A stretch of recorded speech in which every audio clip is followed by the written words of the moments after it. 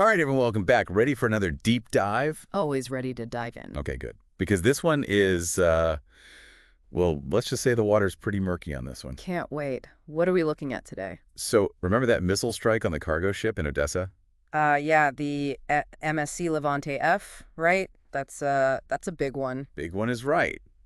And everyone's got a take, but it's tough to tell what's really going on. I've been seeing stuff all over the news. What sources are we looking at today? Well, we've got reports from, let me see, Reuters, AP, Al Jazeera, and some interesting stuff coming out of a few Telegram channels.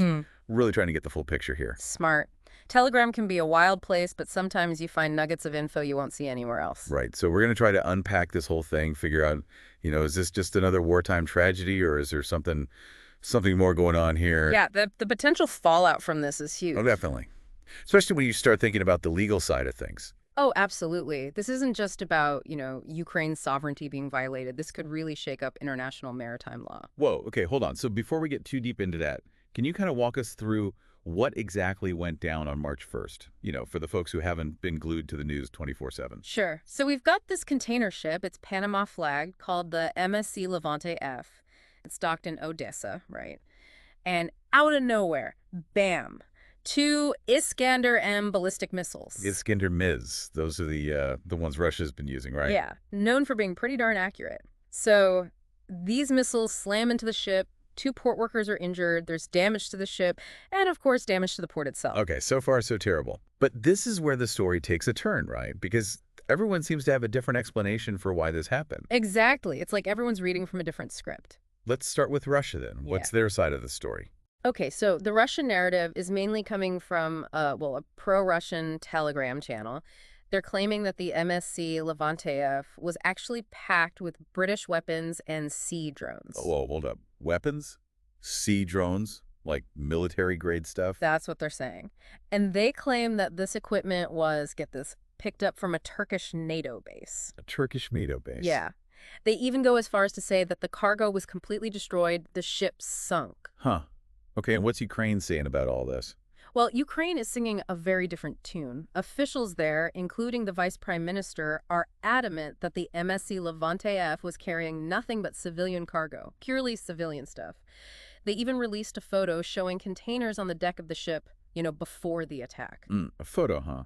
So, like, proof? Well, not quite. I mean, it shows there were containers, but it doesn't prove what was inside them. Right, yeah, you could have anything in those containers. So basically, it's a he said, she said situation. Pretty much. Though something about the Russian claim feels, I don't know, a little calculated. Calculated how? Well, think about the language they're using. It's very specific. Why even mention the Turkish NATO base? It feels like they're trying to, directly link NATO to the conflict. You think they're trying to stir the pot? Maybe. It could be a way to stoke those international tensions, even justify, a larger conflict down the line. Oh, man. And that is a scary thought, especially with everything else going on in the world right now.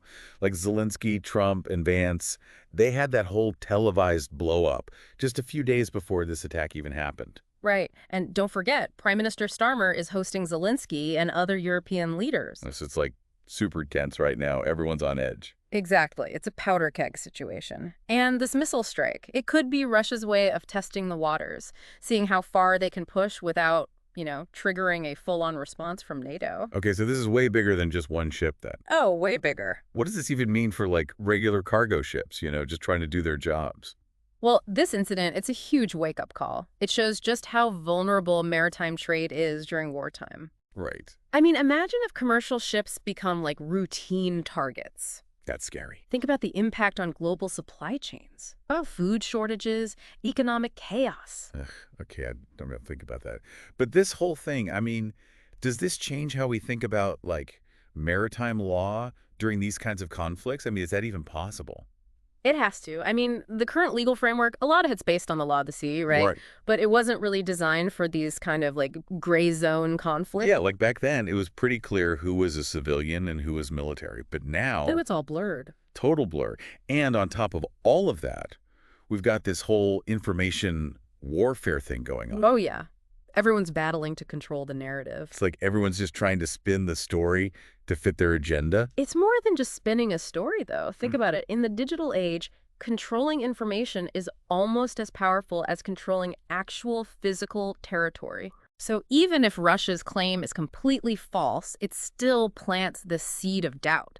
Suddenly, every cargo ship headed towards Ukraine looks suspicious. Oh, wow. Yeah, I see what you mean. Yeah. Okay, so with all this swirling around us, what can we, like normal people, even do to make sense of it all? It's tough, right? But the key is, well, critical thinking. Critical thinking. Yeah.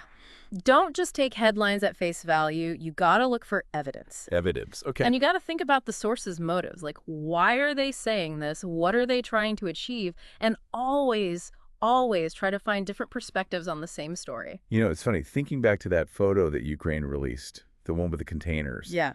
It's almost ironic. Like, they put it out there to prove their point, but it actually just shows how easy it is to manipulate information these days. Right. A picture might be worth 1,000 words, but those words, they can be twisted in 1,000 different ways. So we've got this attack. We've got conflicting stories, global power plays, Yeah. legal ramifications. I mean, that's a lot. What's the main takeaway here? What do you really want to leave our listener with?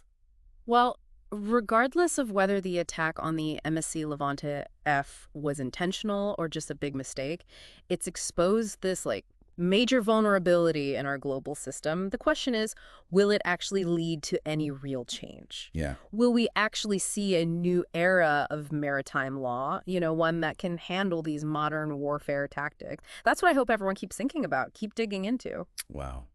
That's powerful stuff. And for everyone listening, remember this deep dive is just the beginning. Keep asking those tough questions, keep researching, and stay informed because this story, it's far from over. Absolutely.